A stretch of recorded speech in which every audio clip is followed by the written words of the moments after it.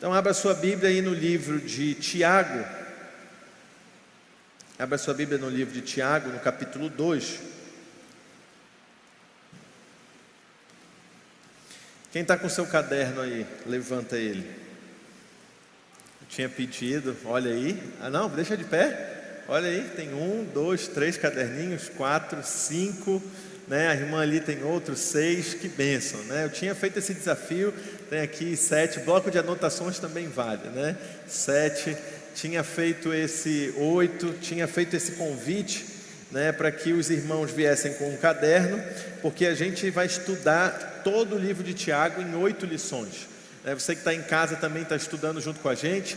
Você que não ouviu domingo passado, você pode procurar no nosso Spotify, no YouTube, no Facebook da igreja, aonde foi feita uma introdução sobre o livro de Tiago, sobre quem era Tiago, sobre o contexto daquela igreja e sobre lições de como viver a vida cristã baseada em Tiago 1, como ser um cumpridor da palavra e não somente um ouvinte, baseado em Tiago 1.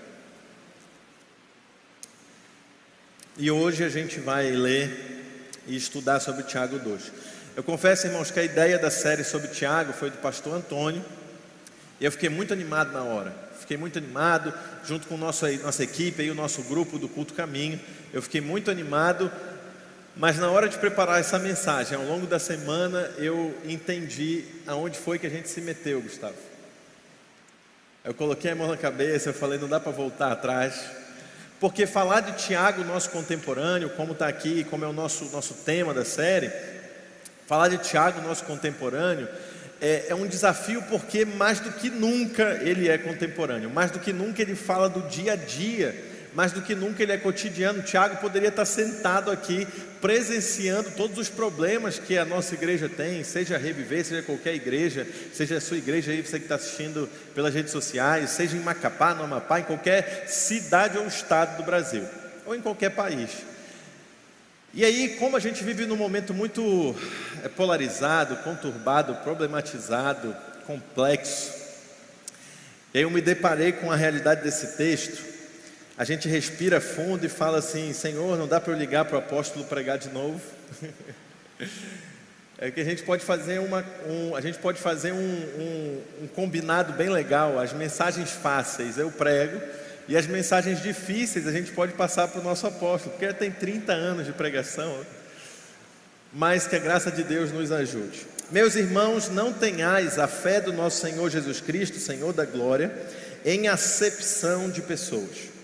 Porque se no vosso ajuntamento entrar algum homem com um anel de ouro no dedo, com vestes preciosas, e entrar também algum pobre com sórdida vestimenta, com roupas sujas, e atentardes para o que traz veste preciosa, e disserdes: assenta tu aqui num lugar de honra, e disserdes ao pobre: tu porém fica aí, ou assenta-te debaixo do estrado dos meus pés. Porventura não fizeste distinção dentro de vós mesmos, e não fizeste juízes de maus pensamentos? Ouvi, meus amados irmãos, porventura não escolheu Deus os pobres deste mundo para serem ricos na fé e herdeiros do reino que prometeu aos que o amam? Mas vós desonrastes o pobre. Porventura não oprimem os ricos e não vos arrastam aos tribunais? Porventura não blasfemam eles o bom nome que sobre vós foi invocado? Todavia, se cumprirdes conforme a Escritura, a lei real. Você pode ler comigo? Amarás ao teu próximo como a ti mesmo. Vamos ler de novo? Amarás ao teu próximo como a ti mesmo, bem fazeis. Muito obrigado. Mas se fazeis acepção de pessoas, cometeis pecado, e sois redarguidos pela lei como transgressores. Coloque a mão no seu coração, o Espírito Santo nos ajuda. Tua palavra diz que o Senhor nos convence do pecado, o Senhor nos convence da justiça, e o Senhor nos convence do juízo. Senhor, amassa, quebra, refina o nosso coração, em nome de Jesus, que a gente possa ouvir somente a Tua voz, Pai. Toda interferência, todo ruído, Senhor, provocado pelo ambiente, ou pelo pregador, ou por qualquer outra coisa, em nome de Jesus. Nós somos Tuas ovelhas, a gente reconhece a Tua voz. Esse é o meu pedido, Que todo mundo saia daqui sabendo que ouviu a tua voz, em nome de Jesus, amém. Irmãos, estão dentro desse desafio de falar sobre acepção de pessoas no meio da igreja. Que coragem do apóstolo Tiago, que coragem do apóstolo Tiago de dizer que havia dentre os irmãos, a gente fizer um pequeno sermão textual, literal textual aqui, a gente consegue ver 3 coisas muito interessantes só no primeiro versículo. Primeiro, Tiago começa dizendo meus irmãos. Então todo esse sermão, toda essa puxada de orelha, toda essa ensaboada, todo esse tapa com luva de pelica, quais outros sinônimos aí eu posso dizer, né? Todo esse esfregão, tudo isso é para irmão em Cristo, amém, irmão? Então, a gente não vai ouvir essa mensagem, e eu nem foquei ela, preocupada com a acepção de pessoas lá fora. Lá na sociedade, de fato, a gente lida com isso todo dia. Mas o apóstolo Tiago, ele começa falando, meus irmãos, vamos resolver um problema interno aqui entre a gente. Vamos lavar uma roupa suja. Segundo, ele deixando claro o público-alvo dessa porção, que o problema era entre os cristãos, ele vai dizer o seguinte, que a gente não pode ter fé no Senhor Jesus, o Senhor da glória, fazendo acepção de pessoas. Ele estabelece muito claro, irmãos, eu quero que você guarde isso no coração, qual é o parâmetro de justiça que nós devemos adotar. E o parâmetro de justiça é Cristo, amém? Então, como a gente vive num mundo muito ideologizado, ou ideolatrizado, né? Que é quando uma ideologia vira uma idolatria. Então, como a gente vive num mundo de ideologias e idolatrias, é importante a gente deixar claro da onde que surge o nosso parâmetro de justiça. Quem é o nosso referencial? Quem é o nosso norte quando se fala de justiça? Então, não se trata de nenhuma ideia ou nenhuma outra cosmovisão, a não ser aquela que emana do nosso Senhor Jesus Cristo. Amém, irmãos? Ou seja, esse ensinamento não aceita ser sequestrado ou capturado por quem quer que seja. De vez em quando tem alguém falando em nome de Jesus. De vez em quando tem alguém falando ideologicamente em nome de Cristo, ou em nome do Evangelho, e capturando e sequestrando o Evangelho para um lado ou para o outro, e sequestrando o Evangelho para a visão política que mais o agrada, e sequestrando o Evangelho para onde ele acha que é o mais correto. O apóstolo Tiago, ele vai deixar claro uma coisa, de que a gente, como a gente fala aqui no português claro, ponha Jesus fora disso, amém, irmãos? Jesus tem um parâmetro próprio de justiça, ele não vai se encaixar. Às vezes, e quando abre aquelas caixinhas de pergunta no Instagram, impressionante, todas as vezes alguém me pergunta, pastor, aonde é que Jesus se encaixa na política, na direita ou na esquerda? Irmão, ele é o Senhor dos senhores, ele não vai se encaixar em lugar nenhum. Colossenses 1 diz que, pelo contrário, todas as coisas foram criadas por meio dele, só subsistem por causa dele, e vão se encontrar na plenitude de Cristo, amém, irmãos? Então a gente não vai conseguir encaixar Jesus, diminuir Jesus, colocando ele dentro de uma visão à sua direita, ou à sua esquerda, ou à sua frente, ou atrás. Tiago começa deixando claro, o parâmetro dele é o parâmetro de Cristo. Então o cristianismo, ele tem a sua cosmovisão própria. Então às vezes te perguntam assim, poxa, você está ajudando alguém, a igreja está abrindo aqui uma casa ao lado que vai dar comida de graça, porque a igreja é socialista, porque a igreja é comunista, porque a igreja é liberal, ou porque a igreja é capitalista? Na verdade a igreja deve ser cristã, amém, irmãos? Glória a Deus. Então tem uma cosmovisão própria, a gente tem um manual próprio, que a gente não consegue se enquadrar nessas categorias. Talvez a gente, pessoas físicas, seres humanos, você tenha suas preferências, e é importante que tenha, e é bom que tenha. Você tem as suas preferências, você tem as suas escolhas, as suas aptidões, mas a gente não consegue enquadrar Jesus nisso. Ele é o Senhor dos senhores, ele é o Rei dos reis.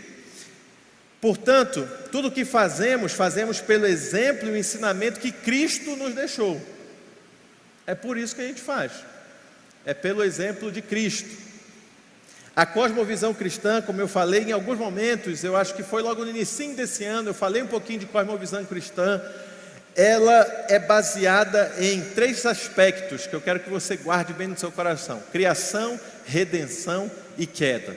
Você quer entender como é que pensa um cristão na sociedade, no meio ambiente, na economia, na política, nos negócios? É da seguinte forma: Deus criou todas as coisas, o ser humano se afastou de Deus, mas em Cristo recebemos o ministério da reconciliação, onde a gente vai pegar todas as coisas que estão desconectadas de Deus, o mundo dos negócios, a arte, a ciência, a mídia, a música, e vai reconciliar com Cristo. Amém, irmãos? Então nós temos um chamado de sermos, nós temos o ministério da reconciliação.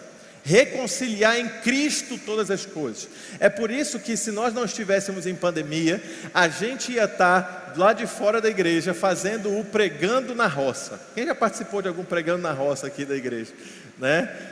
Inclusive, se estiver assistindo, né, a família de Caio Fábio, Cíntia, né? Oi? Família Ferreira, foi uma família que foi toda impactada pelo pregando na roça. E aí, de vez em quando, né, a gente, né, pastor Adolfo, a gente ouvia algumas críticas, né? Mas por que se faz pregando na roça? É pelo seguinte motivo: nós recebemos uma missão de reconciliar em Cristo todas as coisas, amém? Então a gente está redimindo a cultura. Então, como o mingau não tem religião, a gente come mingau para a glória de Deus, amém, irmão? Como o vatapá não tem religião, a gente come o vatapá para a glória de Deus. E o vatapá da pastora Lúcia é o melhor que existe, né? Desculpa a todas as outras pessoas do universo que fazem vatapá, mas é a minha avó, eu preciso dar essa declaração aqui de amor, né? Fica a dica, pastora Lúcia. Então, fomos chamados por Deus para reconciliar em Cristo todas as coisas. Irmão, experimenta chegar lá em Minas Gerais, ou em Goiânia, ou em Goiás, e dizer para um crente que a festa, que o arraial, que ele reúne a família toda, é do diabo. Experimenta fazer um negócio desse. Por quê? Porque é cultura, é a forma como as famílias se reúnem. Agora nós temos um chamado óbvio e claro de colocar Cristo como o centro de tudo aquilo que a gente faz.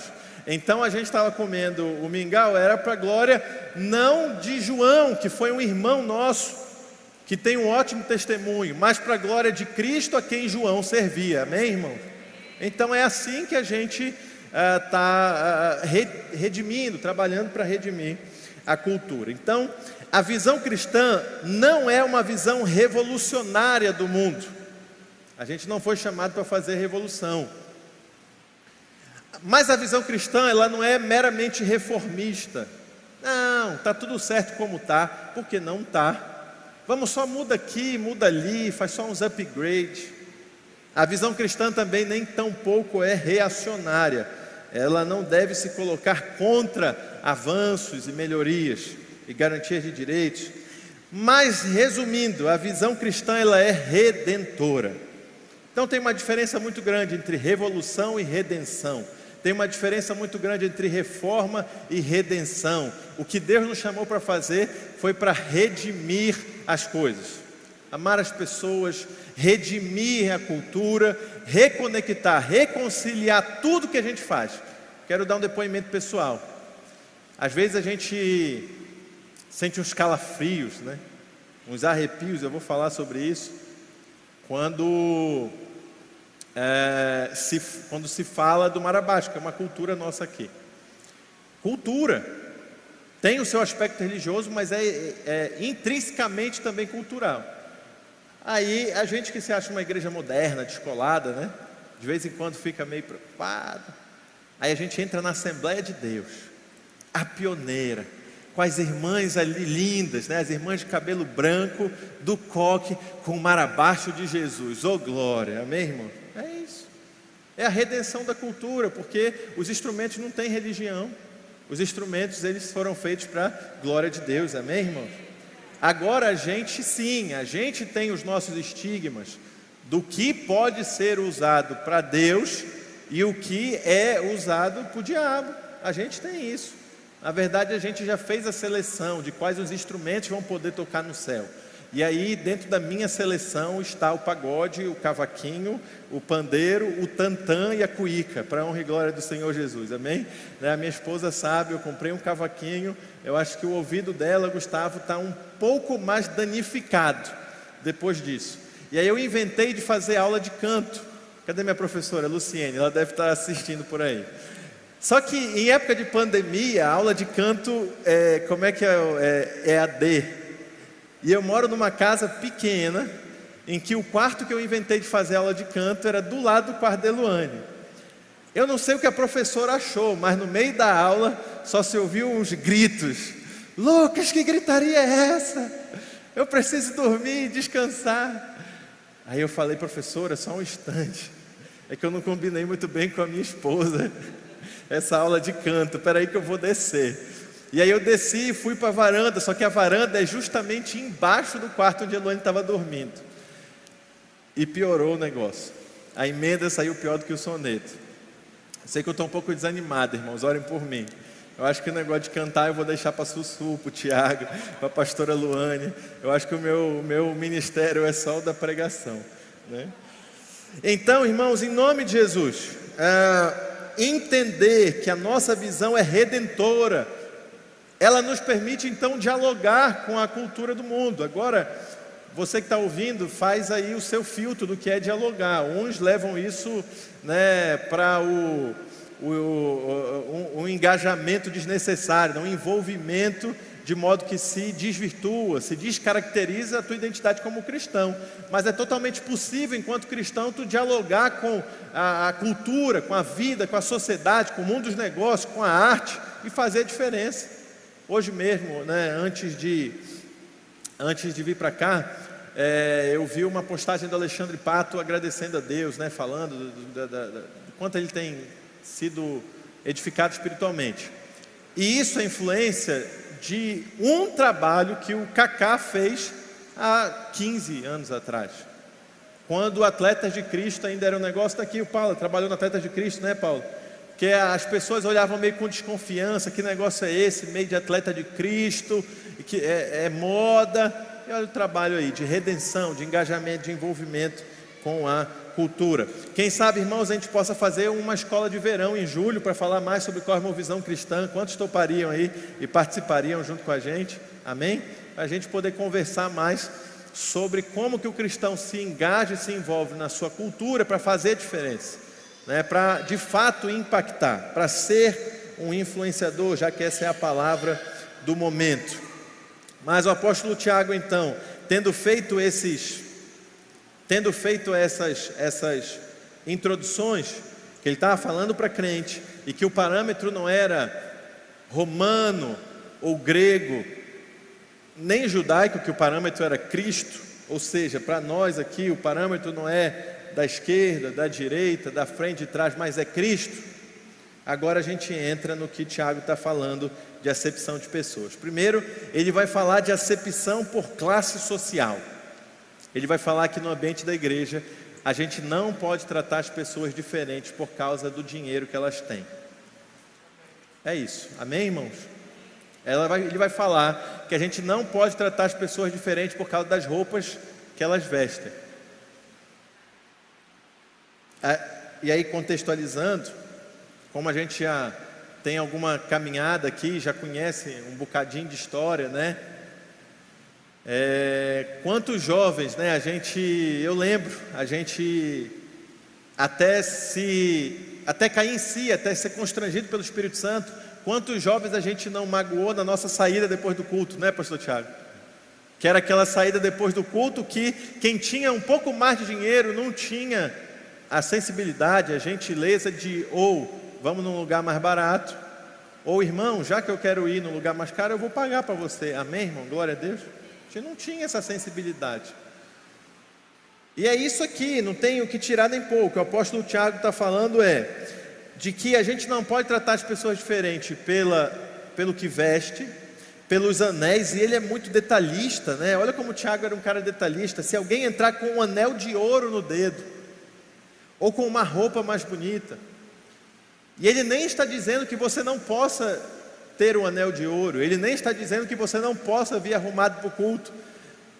É a frase que eu gosto de usar: eu estou dizendo o que eu estou dizendo e eu não estou dizendo o que eu não estou dizendo. O pastor disse que agora eu só posso ir desarrumado para o culto e sem nenhuma joia, nenhuma aliança. Não é isso. O que está dizendo é que o nosso coração, o coração da igreja, não pode te tratar diferente por causa do que você veste ou deixa de vestir, por causa da sua joia ou da sua semijoia ou da sua bijuteria, né? Novamente um exemplo meu com a Eluane.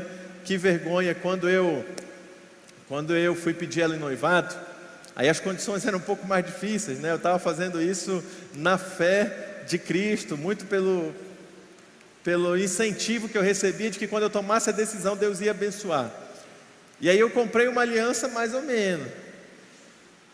Irmão, um mês depois do noivado, ela estava toda preta. E aí eu falei: Jesus amado, olha a vergonha que eu estou passando. Eu falei: não, amor, mas eu te prometo que no casamento a aliança vai ser top, né? Vai ser um negócio bonito.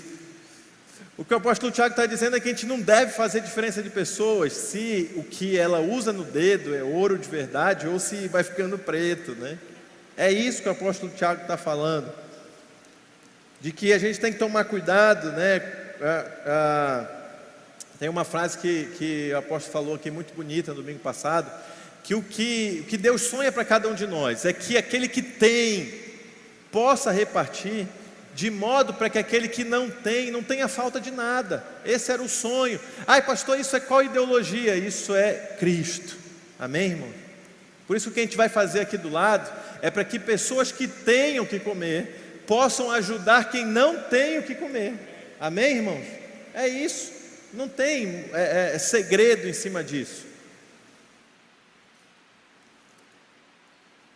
Placas e homenagens a quem contribui apenas financeiramente. Quando eu estava montando essa mensagem, não tem um problema a gente relembrar a memória, como ontem, 104 anos da Assembleia de Deus no Amapá. Não tem o problema a gente relembrar a memória de nossos pioneiros.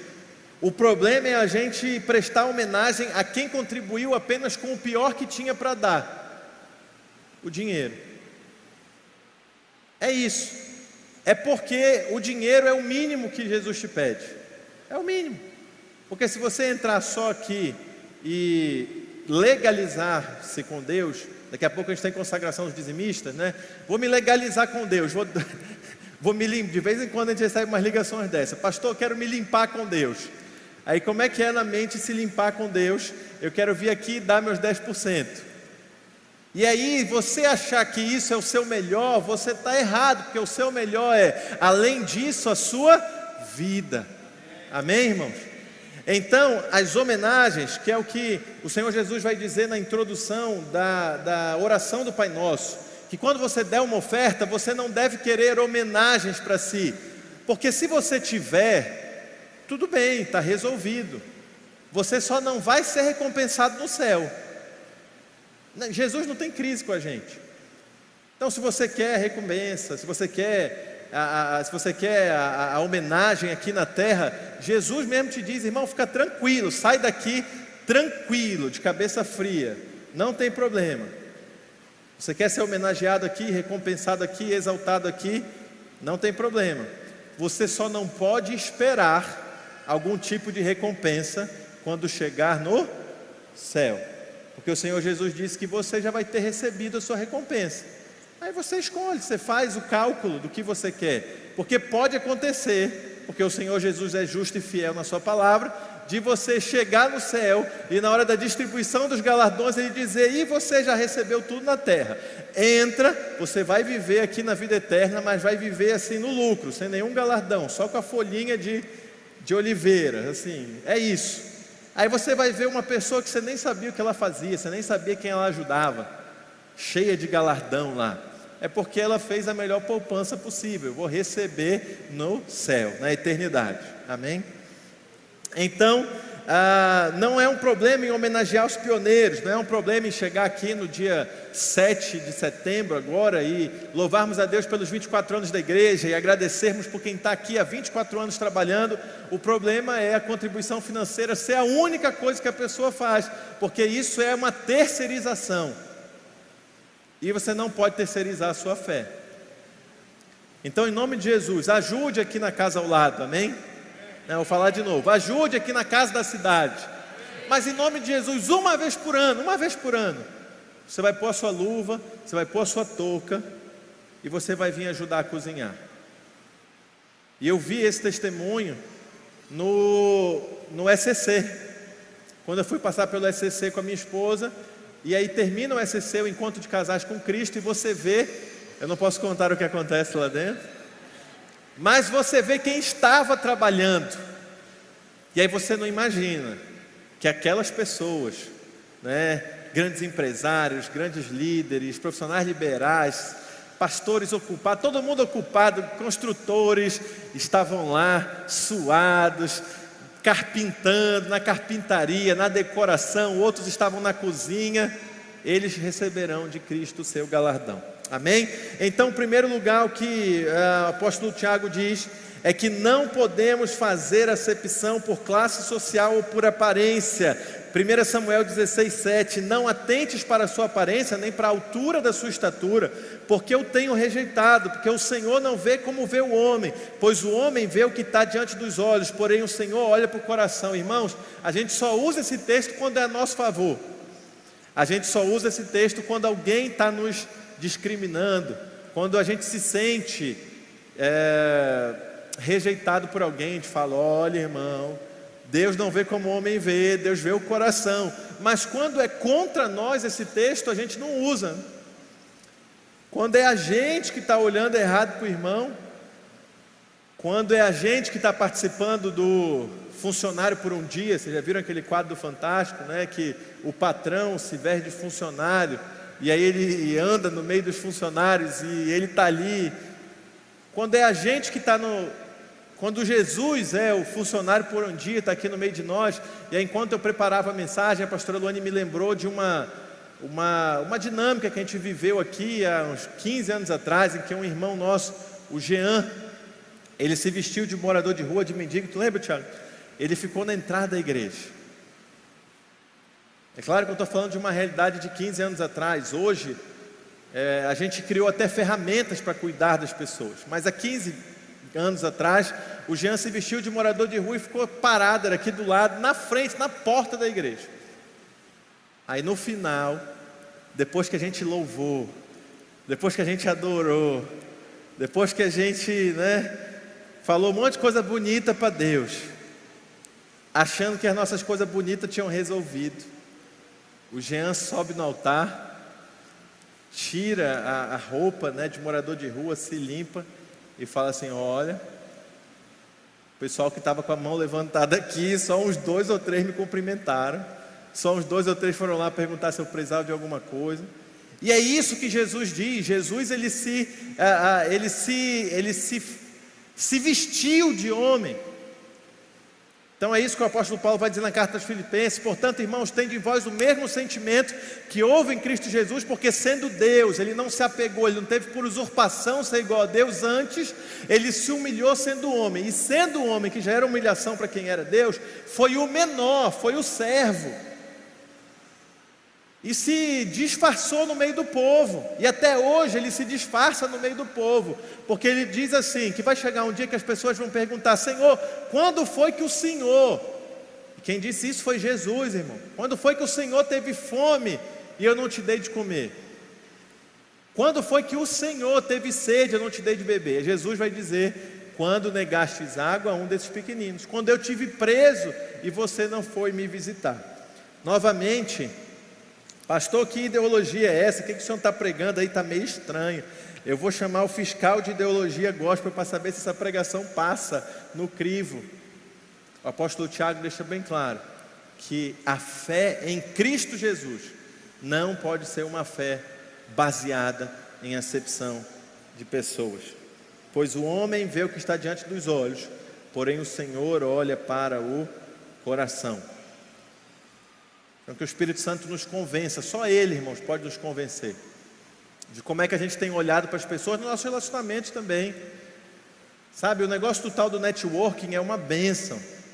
E eu acho que é isso mesmo, você tem que ter uma rede de contatos, você tem que fazer seu networking, você tem que saber fazer conexões. A gente só consegue ter a casa ao lado aqui por causa de parcerias, de conexões, networking, conhecer pessoas. 70% dos empregos que você consegue na rede privada, não estou falando nem de fechada, apadrinhamento, contrato político, eu estou falando de 70% dos empregos que você vai conseguir na rede privada, é por causa da sua rede de contatos. Isso é uma bênção, mas cuidado, se você só não está se aproximando de pessoas em nome do networking, mas para tirar vantagem, para tirar proveito. Quem entendeu aqui, diga amém.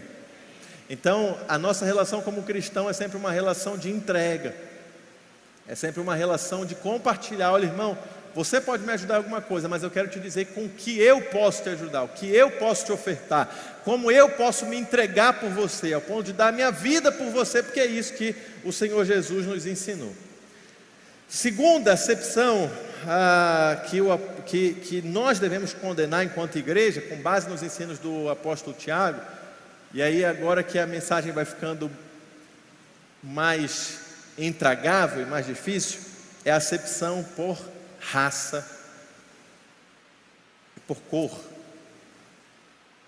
A igreja por muito tempo legitimou, irmãos, um ambiente de escravidão.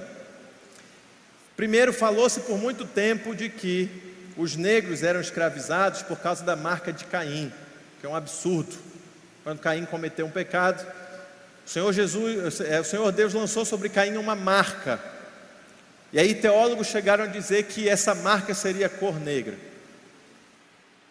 Depois se falou por algum tempo, e até contemporaneamente, até alguns anos atrás, e até gente famosa no Brasil, falando que a África sofreu escravidão e sofria de doença e de pobreza porque eram descendentes de Cã, o filho amaldiçoado de Noé.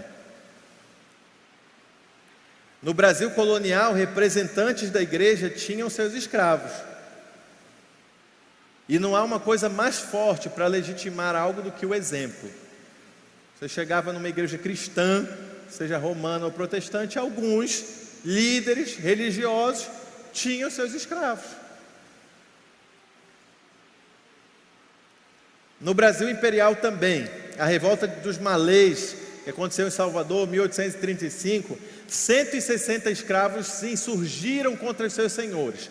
Desses 160, 45 tinham senhorios, tinham donos evangélicos. Oh, glórias, né?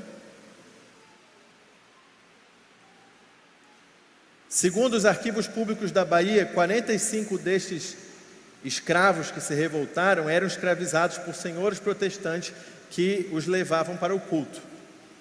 Irmãos, honestamente, hoje a religião cristã, a religião evangélica é a religião mais negra do país. Então você tem mais negros evangélicos do que qualquer outra religião. Mas eu compreendo totalmente, às vezes, o distanciamento que alguns movimentos que lutam por raça, por igualdade de raça, alegam da igreja evangélica. O distanciamento, que a gente não fala, a gente fala pouco sobre isso. Glória a Deus, no ano passado a gente teve uma chamada, uma videochamada, onde alguns irmãos negros da nossa igreja puderam abrir o coração. O pastor Tiago coordenou isso, acho que a gente tinha uns 30 jovens no bate-papo. E a gente ouviu de irmãos nossos, aqui na nossa igreja, que já sofreram algum tipo de racismo ou preconceito. Porque a mensagem do Tiago é para irmãos. Amém, irmão? A gente tem que ouvir na videochamada que, muito embora a gente até tente, se esforce, mas a gente está muito longe de respeitar a todos e amar como Cristo ama, e entregar a nossa vida e amar ao próximo como a si mesmo. Porque tem situações que alguns irmãos nossos já passaram na igreja que a gente não ia aceitar passar. Eu pedi para o Joel separar, não sei se está aí no ponto, e você que está em casa vai assistir também, um vídeo bem curtinho, acho que é 40 segundos, do Clóvis Pinho. Clóvis Pinho, ele é o vocalista do grupo Preto no Branco. E aí todo mundo canta a música dele, irmãos. Ninguém Explica Deus, essa música mais famosa. Todas as igrejas cantam a música dele. Mas você vai ouvir o que ele já passou por ser um cristão negro. Coloca aí, Joel, por gentileza. Só que antes do Preto no Branco, por exemplo, eu tive uma experiência medonha, cara. Numa igreja, quando a gente foi, ainda éramos trio 6, e a gente foi numa igreja cantar. O pastor mudou a ministração na hora que ele pôs o olho na gente. Todo mundo cabelo black, né? Entramos na igreja, ele não deixou a gente tocar.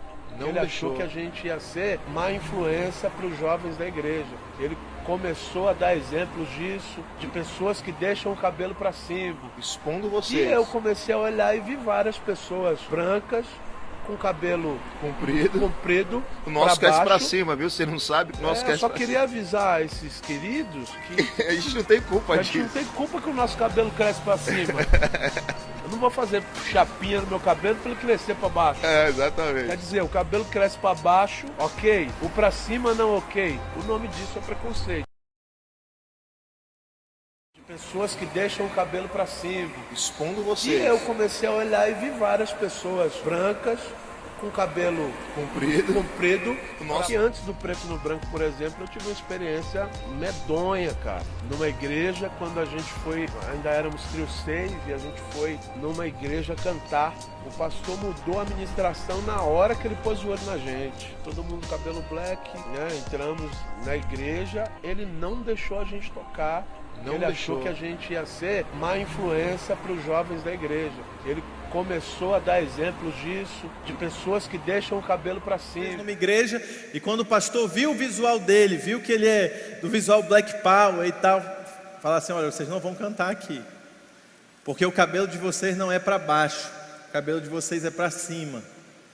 E aí ele falou assim: olha, pastor, eu queria dizer o seguinte, que eu não tenho culpa do meu cabelo crescer para cima. Vai reclamar com Deus, que foi Ele que criou toda a diversidade, e Ele que ama e vai reunir diante de si todos os povos, tribos, línguas, raças e nações que foram compradas pelo sangue do Cordeiro. Você pode aplaudir o Senhor Jesus?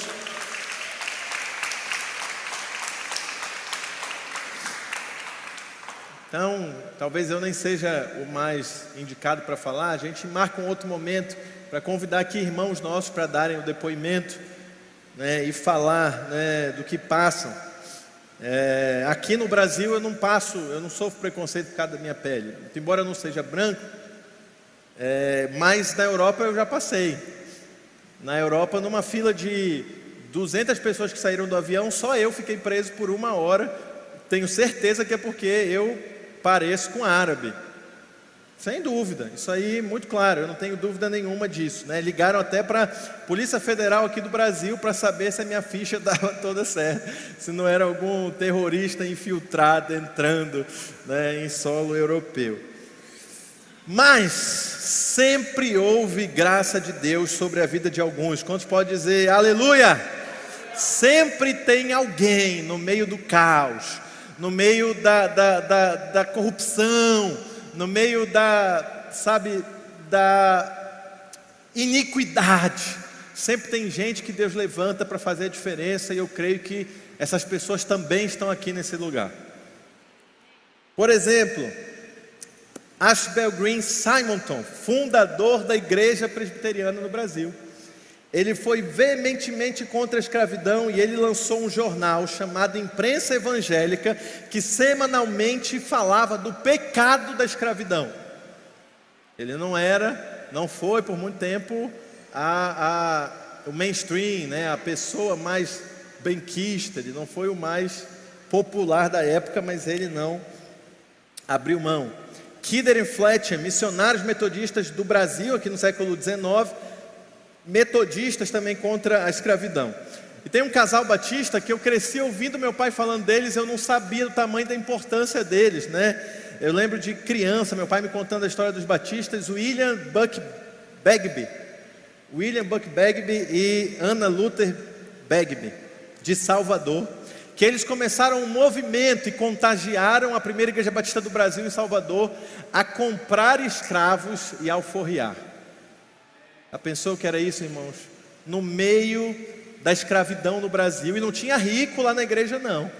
Eles fizeram a vaquinha, a gente vai comprar, e como o pastor Antônio Carlos Costa, amigo do meu pai, faz lá no Rio de Janeiro, só que ele compra do tráfico, ele compra da facção. O menino lá que tem dívida com o tráfico e quer mudar de vida, e quer ser acompanhado pela igreja pastoreada. Então esse casal batista, a primeira igreja batista do Brasil, comprava escravos e alforriava, mesmo sem ter membros ricos. O livro História Documental do Protestantismo do Brasil nos traz fatos que Robert Kelly e sua esposa Sarah, Robert Kelly é conhecido como o primeiro apóstolo, de fato assim, brasileiro, o apóstolo da madeira, que ele desbravou o Brasil profundo. Ele começou lá na região, desde a Baixada Fluminense até toda a margem do rio Araguaia, até chegar em Goiás. Robert Kelly e sua esposa Sarah eram contra a escravidão, inclusive eles faziam, Gustavo, atos de excomungar donos de escravos na igreja deles. Então a pessoa se convertia, e aí do momento que a pessoa se convertia, ela tomava uma decisão: você vai continuar tendo escravos? Não, agora eu sou de Cristo, eu vou libertá-los. Não, eu quero continuar tendo escravos. Tudo bem, o irmão está excomungado, vai com Deus, procure uma igreja que aceite isso. Pastor Eduardo Carlos Pereira, fundador da Igreja Presbiteriana Independente, publicou um texto em 1886 dizendo o seguinte, abre aspas: é mister que a imprensa clame e não cesse, e que levante a trombeta e a sua voz e denuncie ao povo a monstruosidade desse pecado nacional. É mister que diga aos senhores de escravos com franqueza o que há de ofensivo às leis de Deus e da humanidade. Por que então a reserva e o silêncio medroso ante um crime tão grave? O silêncio do púlpito não é prudência, mas infidelidade. Às vezes a gente se abstém de tratar de alguns assuntos no púlpito como achando que é prudência, mas na verdade podemos estar sendo infiéis, como por exemplo a violência doméstica. Violência doméstica não é um assunto privado. Violência doméstica não é um assunto que se resolve entre as quatro paredes. Se o irmão for crente, de fato, violência doméstica é um assunto público e que ele deve ser exortado pela igreja e deve inclusive ser denunciado. Amém, irmãos? E depois ele pode mudar de vida. Mas às vezes a gente deixa de falar alguns assuntos e aí o apóstolo Tiago nos coloca agora nessa encrenca. Com certeza o apóstolo Tiago falaria disso. A irmã Cassiane lançou um clipe no ano passado falando da temática da violência doméstica. E eu acredito do fundo do coração que foi um clipe bem intencionado. Mas, irmãos, foi um clipe muito infeliz. Porque muito embora bem intencionado, o clipe mostrava uma irmã evangélica, como muitas, como quem, eu não sei aonde vai chegar essa mensagem, como que apanhava muito do marido, sofria, aguentou calada, e aí o irmão se converteu e Deus fez a obra. Naquele caso, tem muitas que morrem antes do irmão se converter e Deus fazer a obra. Por isso então que ano passado, sob a bênção do nosso apóstolo, a gente abriu um canal aqui, o telefone da nossa igreja, pode colocar de novo, Joel, por favor. O telefone da nossa igreja também é um canal para que mulheres que sofrem violência doméstica possam acionar. E aí você tem aqui psicólogas e advogadas. Seu nome não vai ser divulgado, você não vai sofrer nenhuma exposição, mas a secretaria da igreja vai receber esses nomes e passar especificamente para psicólogos e advogadas da igreja. 98401-9374, eu não sei até onde essa mensagem pode estar indo, mas em nome de Jesus, não sofra calada, você faz parte de uma igreja, a igreja de Cristo, vai ter gente para te ajudar. Então, essa frase mexeu muito comigo: o silêncio do púlpito pode não ser prudência, mas sim infidelidade. Eu quero contar para vocês uma história que marcou muito minha vida, do John Newton. Aí pode preparar, passa o link para o pastor Antônio, Joel, eu esqueci de passar para ele, da música que eu... A história do John Newton é o seguinte: provavelmente você já ouviu falar de uma música chamada Amazing Grace.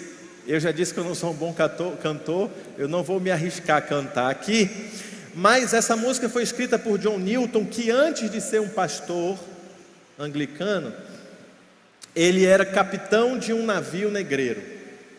Antes de ser pastor anglicano, ele ganhava dinheiro transportando escravos da África para a Inglaterra. E aí, em uma tempestade, ele achou que ia morrer. E aí o barco para lá, o barco para cá, e o barco balançava, e ele via raio, trovão, relâmpago. Como é que é aquele áudio lá do WhatsApp? Relampagando. Esse irmão entendeu. Os que são mais conectados nos memes. E aí ele via assim, e tal, e ia cair, o pessoal, vão morrer, e ele fez ali um compromisso com Cristo, que se ele sobrevivesse, olha como ele sabia. Geralmente esses nossos compromissos são fruto de algo que a gente tem quase certeza que faz de errado, né, pastor Adolfo? Não é assim uma iluminação, a gente já sabia que fazia algo de errado, né? Senhor, eu faço um voto, se eu sobreviver, eu nunca mais vou traficar escravos. E aí o piloto, o comandante do navio, cai na água e só sobra ele, que era só o dono do negócio, para guiar. Ele pega o leme e leva. E aí você pode ver depois nos diários dele o sofrimento, né, que ele conta. E aí ele vira pastor, né, pastor anglicano, passa 43 anos da sua vida pregando. E aí em 1782 John Newton disse: minha memória já quase se foi, mas eu recordo duas coisas. Uma, que eu sou um grande pecador, e a segunda é que Cristo é o meu grande Salvador. Depois de toda a vida dele, que ele não tinha como corrigir os erros da vida dele, ele só podia se agarrar em duas coisas: uma, eu sou um grande pecador, e duas, Cristo é meu grande Salvador. Quando você vai no túmulo de John Newton, na Inglaterra, você encontra na lápide assim: John Newton, uma vez infiel e libertino, um mercador de escravos na África, foi, pela misericórdia de nosso Senhor e Salvador Jesus Cristo, perdoado e inspirado a pregar a mesma fé que ele tinha se esforçado muito para destruir. É assim que você vai encontrar na lápide. Esse John Newton, ele, no meio dos seus 43 anos de ministério, ele foi pastor de um jovem viciado em ópio, que era membro do parlamento britânico, que um dia encontra-se com Jesus. O nome dele, William Wilberforce. E aí ele chega na igreja de John Newton falando assim: eu quero me entregar a Jesus, eu não tenho mais sentido na vida, minha vida não tem mais razão de ser. E aí ele se entrega a Jesus pela mão de John Newton, que John Newton era o mercador de escravos, e ele era um membro do parlamento britânico. E aí no dia seguinte ele volta e fala: pastor, agora que eu entreguei minha vida para Jesus, eu vou fazer uma carta e renunciar ao meu cargo de Lorde britânico. Eu vou renunciar ao meu cargo na Casa dos Representantes. E aí o pastor falou para ele: não, Deus tem uma obra para fazer na sua vida.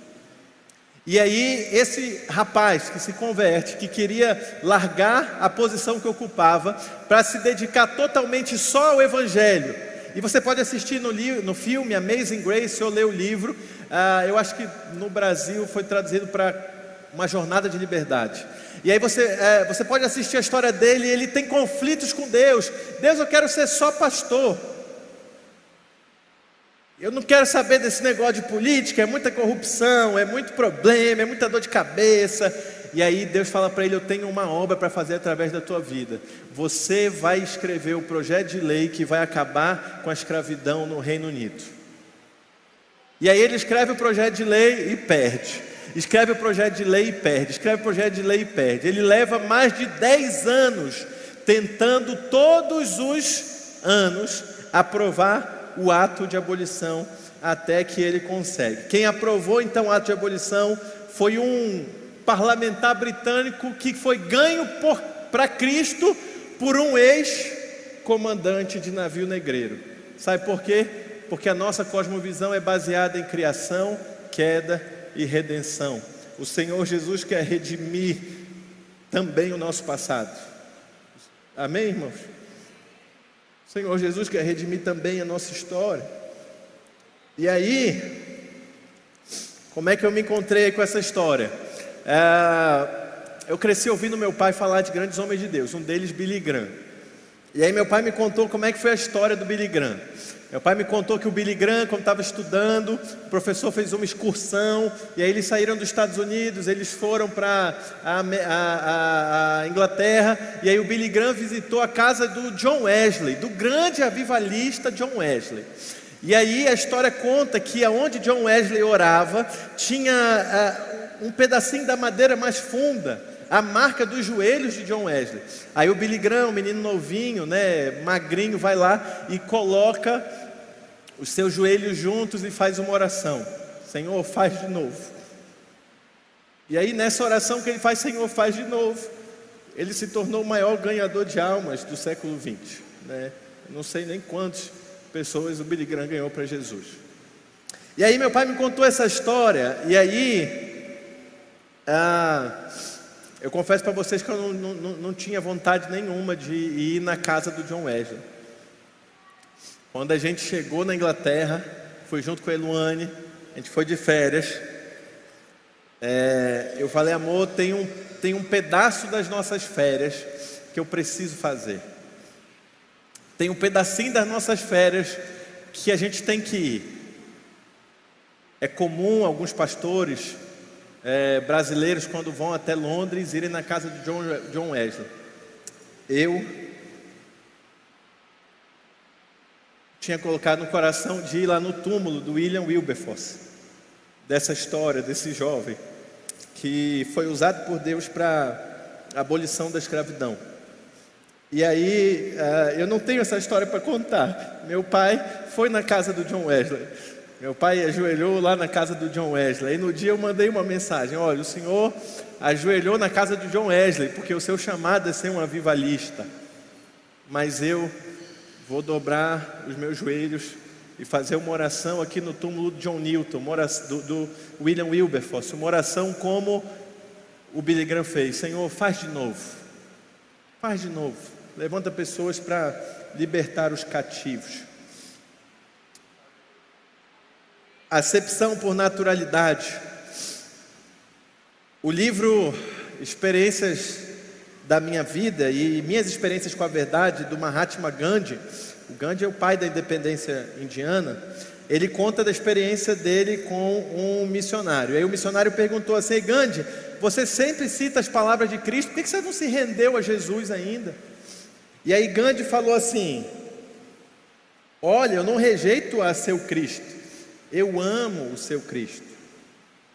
Apenas eu acredito que muitos de vocês cristãos são bem diferentes do vosso Cristo. Qual era o motivo dessa frase? Aí na autobiografia dele ele vai contar. O Gandhi, quando ele estava estudando na África do Sul, ele era muito interessado pelo Evangelho. Ele chegou a considerar seriamente a possibilidade de se converter ao cristianismo, mas quando ele chegou numa igreja, ele ouviu a seguinte coisa: o que você quer, kafir? Kafir era uma palavra pejorativa para os estrangeiros indianos de pele amarela que estavam na África do Sul. O que você quer, kafir? Aí ele falou: assistir a um culto. E aí o diácono da igreja disse: não existe lugar para kafirs na nossa igreja. Gandhi então é um dos grandes líderes do hinduísmo na Índia. Aí você sabe como é que é lá a religião. Foi uma prova cabal da nossa acepção por naturalidade. Sabe, eu acho que a gente tem que um dia chamar o pastor Almeida e a pastora Nelson, apóstolo, chamar eles dentro do gabinete e perguntar assim: vocês algum dia já foram maltratados na nossa igreja por serem colombianos?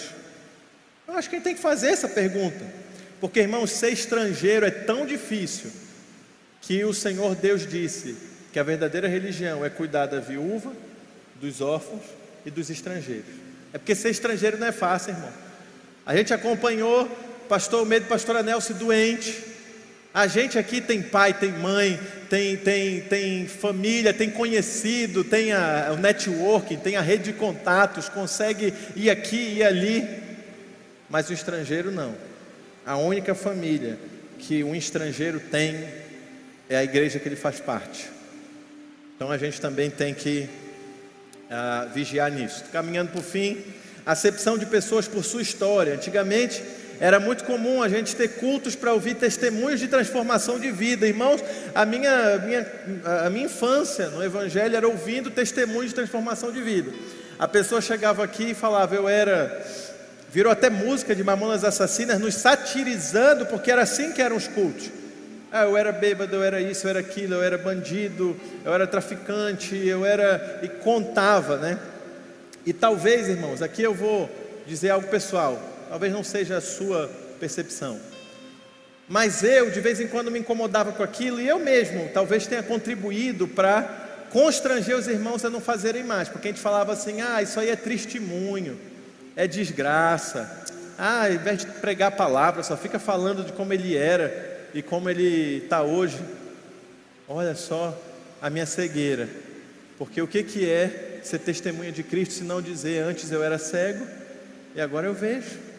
Talvez um testemunho de um ex-ladrão é dizer que ele era ladrão e agora ele não rouba mais, amém, irmãos? Glória a Deus. E aí às vezes eu ficava assim muito nesse, talvez assim, esse apego de quem sai do seminário, que deveria era ficar preso 1 ano dentro de um quarto, se debatendo lá sozinho antes de falar qualquer coisa. Aí você começa a falar, testemunho, prega a palavra, para de falar da tua vida. Sabe o que acontece hoje? A gente não tem mais, é difícil hoje a gente achar os testemunhos, porque talvez até nós mesmos tenhamos nos afastado dos presídios. A irmã Sirene está lá ainda, eu acho que mais de 30 anos, firme e forte. Mas talvez nós mesmos, nós, irmãos, como diz o apóstolo Tiago, tenhamos nos afastados dos presídios, porque talvez a gente já ache que não tem salvação, e a gente esquece que nós somos do ministério da reconciliação, nós somos agentes de redenção, amém, irmãos? Então a gente ou esqueceu do texto do ladrão da cruz, ou pior, a gente esqueceu da carta de Paulo a Filemon. E a carta de Paulo a Filemon é mais ou menos o seguinte, eu vou te contar em 1 minuto. Paulo vai preso por pregar o Evangelho. E aí quando Paulo vai preso por pregar o Evangelho, ele bate na cela junto com um homem chamado Onésimo. E aí ele começa a cutucar o Onésimo. Onésimo, o que tu fez para estar aqui?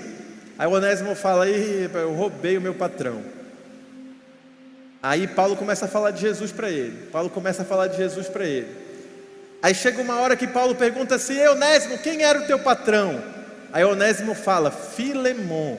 Aí Paulo diz, Filemon eu conheço.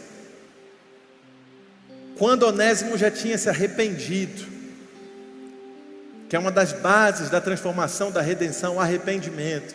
Quando Onésimo tinha decidido mudar de vida, Paulo puxa o papiro e começa a escrever, Filemon, eu te ganhei para Cristo.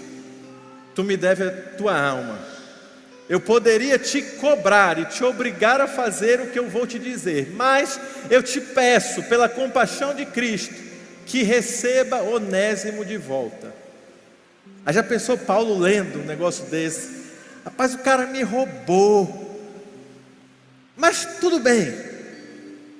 É um empregado a mais, não é ruim, né? Vou voltar a ter um empregado, ele era bom de trabalho. Aí Paulo continua escrevendo, só que agora não mais como escravo, mas como irmão em Cristo. Você pode dar um glória a Deus? Já pensou o que é isso? É isso, irmãos, essa é a mensagem que a gente deve pregar. A gente não pode fazer acepção de pessoas pela sua história, sabe por quê? E aqui eu encerro para nós orarmos. Eu vou pedir, eu não sei se a gente consegue jogar a música e depois o Ministério de Louvor continuar na música, ou senão a gente vai em outro mistério, em outro mover, não tem problema. Mas eu queria que vocês ouvissem essa música. Mateus 1, sabe por que a gente não pode fazer acepção de pessoas por causa da história de alguém? Porque eu vou te falar da história do nosso Senhor Jesus, da genealogia dele. Tem bandido na genealogia de Jesus, tem assassino na genealogia de Jesus, tem prostituta na genealogia de Jesus, tem omisso na genealogia de Jesus, tem caso de incesto ali na família ascendente de Jesus, tem de tudo. Mas talvez é para que você que está aqui, você que está em casa, você que está assistindo pelo YouTube, pelo Facebook, você que está assistindo qualquer dia do ano, qualquer hora, é para você saber que aonde abundou o pecado, superabundou a graça. Você saber que não apenas nós não podemos fazer acepção de pessoas por classe social, por cor, não apenas podemos fazer acepção de pessoas por raça, por naturalidade, se é brasileiro, se é estrangeiro, mas também não podemos fazer acepção de pessoas pelo passado, pela sua história ou pela sua genealogia. O Senhor de Jesus, Ele é tudo em todos. Portanto, eu queria te pedir, você ficar de pé, colocar a mão no seu coração, pedir para que o Espírito Santo te constranja nesse momento. É só Ele que pode nos lembrar do pecado, da justiça e do juízo. O Joel vai colocar a música que o John Newton escreveu, Amazing Grace, na versão em português. E a gente vai sincronizar aí também junto com o pastor Antônio, para que você que esteja aqui e você que esteja nos acompanhando pelas redes sociais possa louvar a Deus. E depois o ministério pode seguir com essa canção ou com outra. Eu vou orar por você.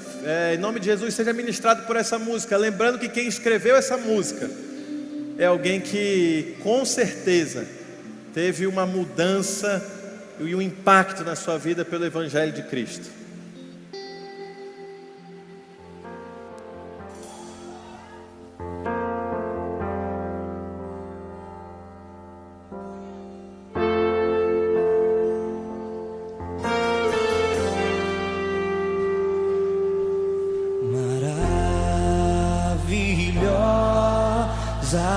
Graça que perdido me encontrou,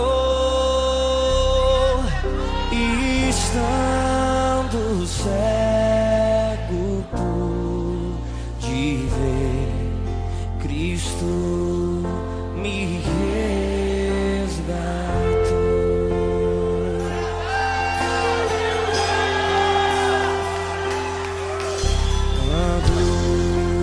Tua graça me tocou, do medo me livrou. Quão preciosa